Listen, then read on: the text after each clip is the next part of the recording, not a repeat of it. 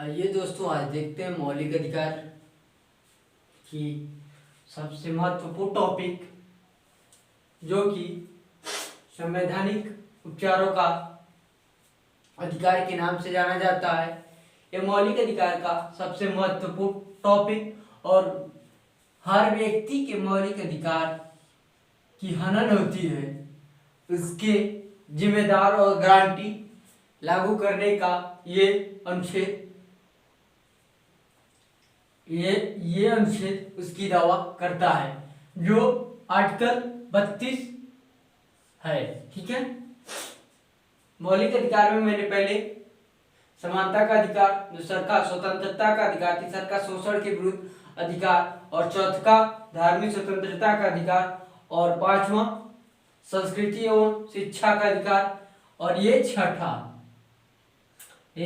छठा नंबर का है जो संवैधानिक उपचारों का अधिकार। ठीक है, ये आर्टिकल 32 को कहा जाता है। ठीक है।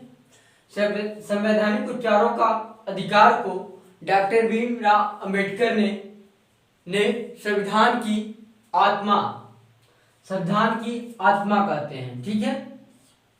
इन्होंने कहा कि एक ऐसा आर्टिकल है जिसके बिना संविधान अधूरा है, तो वो आर्टिकल कौन सा है? अनुच्छेद 32।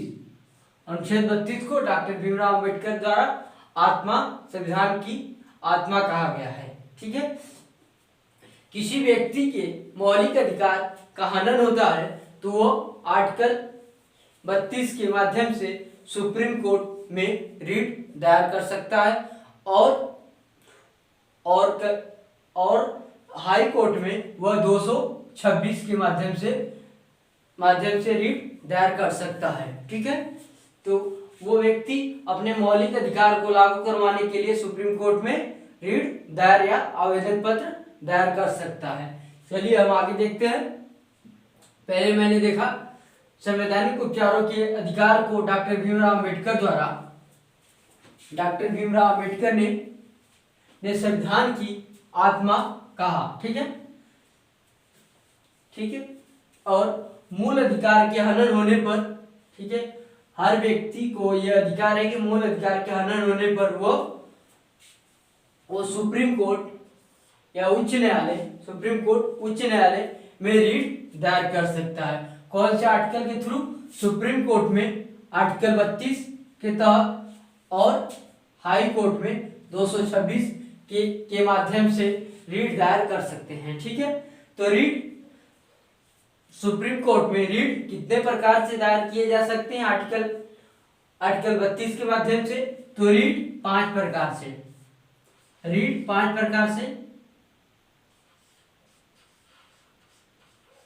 ठीक है, रीट 5 प्रकार से दायर किया जा सकता है, जो है निम्न है रीट। पहला बंदी प्रत्यक्षीकरण, दूसरा परमादेश, तीसरा प्रतिषेध, चौथा उत्प्रेषण और पांचवा परीक्षा। ठीक है। इसका हम अर्थ जान रखते हैं कि इसका अर्थ क्या होता है। ठीक है। न्यायालय के द्वारा हम रिट जारी कर सकते हैं, भी इसका अर्थ हम जानना जरूरी है। तो बंदी प्रत्यक्षीकरण का अर्थ होता है, ठीक है, बंदी प्रत्यक्षीकरण का अर्थ होता है, इसका शाब्दिक अर्थ जो है शरीर को प्रस्तुत करना।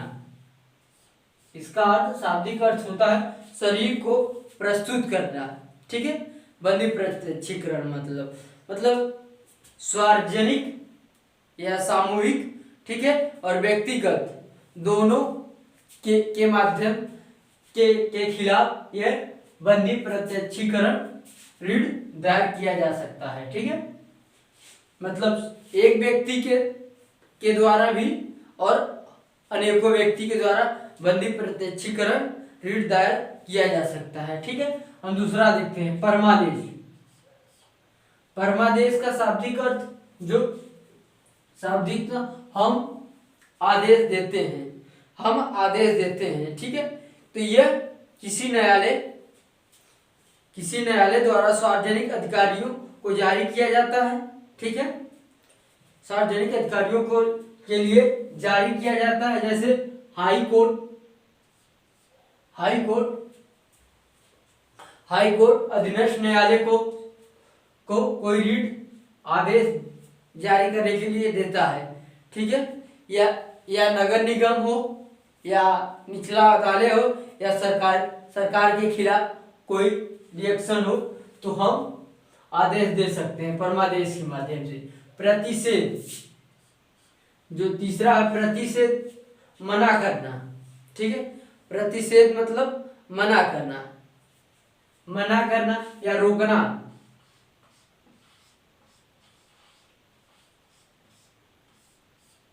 ठीक है, मना करना या रोकना, ठीक है।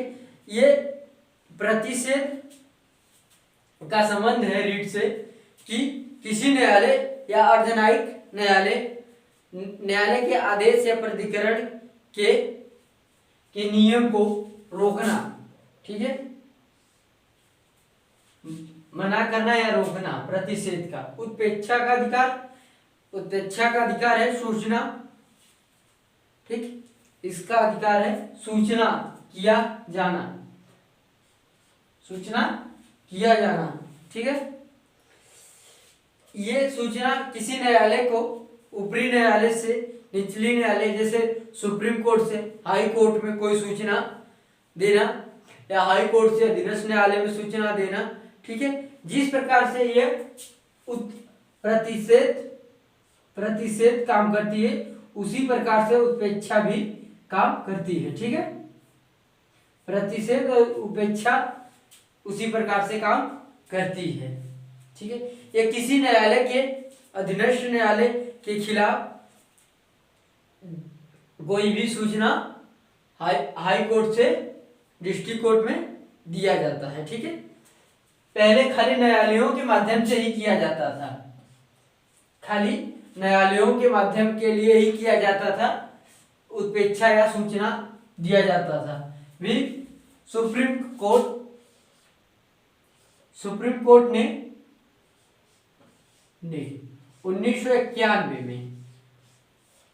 1991 में जब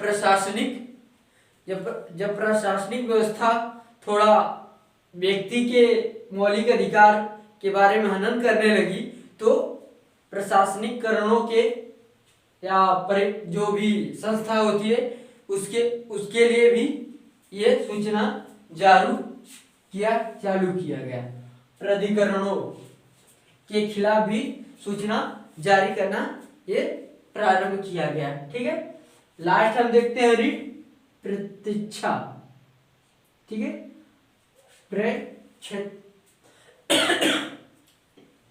ठीक। किसी अधिकार या वारंट से परीक्षा का अर्थ है शाब्दिक किसी अधिकार या वारंट के द्वारा या वारंट से, ठीक है। तो इसका मतलब है कि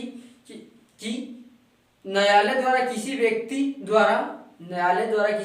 द्वारा सार्वजनिक कार्यालय में दायर करने के दावे की जांच किया जा सकता है, ठीक है, परीक्षा रीट के माध्यम से, ठीक है, सार्वजनिक दायर के माध्यम से किया जा सकता है। तो इस प्रकार से रीट 5 प्रकार से सुप्रीम कोर्ट में और हाई कोर्ट में दायर किया जा सकता है, जो बंदी प्रत्यक्षीकरण और परमादेश, प्रतिषेध, उत्प्रेक्षा और परीक्षा, ठीक है। इसके मैंने अर्थ भी बताया सबका, ठीक है। और अगला हम देख लेते हैं, इसमें 3 आर्टिकल और बचे हैं जो अनुच्छेद 33 सशक्त एवं मूल अधिकार। जो सशस्त्र बल होते हैं, अर्धसैनिक बल होते हैं या पुलिस फोर्स होती है, तो इसके बारे में आर्टिकल 33 दिया गया है, सशस्त्र बल एवं मूल अधिकार, ठीक है। इसमें सशस्त्र बलों के लिए नियम कानून संसद द्वारा बनाया गया है, जैसे नौसेना अधिनियम 1950, वायुसेना अधिनियम 1950, ठीक है, थल सेना अधिनियम 1950, ठीक है। पुलिस बल बल अधिनियम 1966 इस प्रकार से नियम अर्धसैनिक बलों के लिए बनाया गया है। ठीक है, अगला हम देखते हैं संसद के माध्यम से। ठीक है, अनुच्छेद 34 में मार्शल लॉ एवं मूल अधिकार। मार्शल लॉ एवं मूल अधिकार। मार्शल लॉ का शाब्दिक अर्थ होता है सैन्य शासन। ठीक है, सैन्य शासन। और मूल अधिकार जो हमारा मूल अधिकार होता है, इसका एकदम शाब्दिक अर्थ है सैन्य शासन। जहां पे मार्शल लॉ लागू होगा वहां पे मूल अधिकार लागू नहीं होगा। ठीक है, वहां पे मूल अधिकार निलंबित हो जाएंगे। ठीक है, जहां पे जो सैन्य या फौज में जो मार्शल लॉ लागू होते हैं वहां पे मूल अधिकार आपके लागू नहीं होते हैं। ठीक है, और अगला आखिरी देखते हैं जो भाग 3 के सबसे आखिरी अनुच्छेद है 35। कुछ मूल अधिकारों का प्रभाव। कुछ मूल अधिकारों का प्रभाव। इसके माध्यम से संसद को इसके माध्यम से संसद को, ठीक है, कुछ मूल अधिकार दिए गए हैं जो कि इससे संसद कानून बनाकर उसको प्रभावित कर सकता है। जैसे अनुच्छेद 16, 32, अनुच्छेद 16, 32, 33 और 34।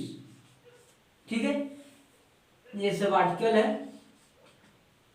ठीक है, इस आर्टिकल पर संसद कानून बनाकर कुछ व्यक्तियों को विशेष प्रावधान कर सकता है। तो इस प्रकार से आज मौलिक अधिकार पूर्ण रूप से समाप्त हुआ। ठीक है, भाग 3 जो था, भाग 3 मूल अधिकार या मौलिक अधिकार। ठीक है, तो मैंने इसको अलग अलग पार्ट में बताया आपको। ठीक है, और आखिरी एक देख लेते हैं जो अनुच्छेद मौलिक अधिकार के हैं। अनुच्छेद ये हटा दिया गया है वर्तमान समय में। अनुच्छेद 31 जो पहले मौलिक अधिकार को 7 पार्ट में बांटा गया था, उसमें से एक संपत्ति का अधिकार था।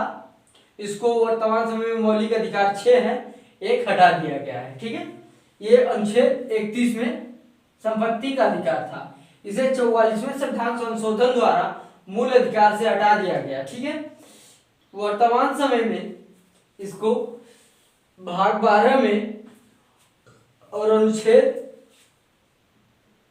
300A में जोड़ा गया है। ठीक है, भाग 12 और अनुच्छेद 300A में जोड़ा गया है। यह वर्तमान समय में कानूनी अधिकार है जो संपत्ति का अधिकार पहले मूल अधिकार था, वर्तमान समय में कानूनी अधिकार है।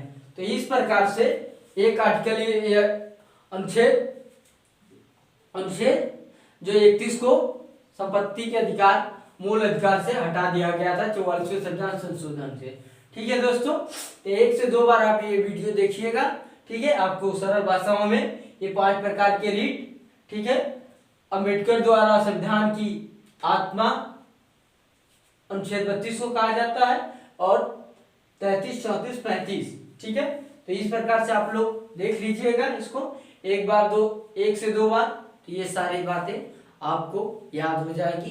ठीक है, नहीं याद होते हैं तो पेन कॉपी पे आप लोग लिख कर इसको 1 से 2 बार पढ़ लीजिएगा, याद हो जाएगा। ठीक है दोस्तों, जय हिंद, जय भारत दोस्तों।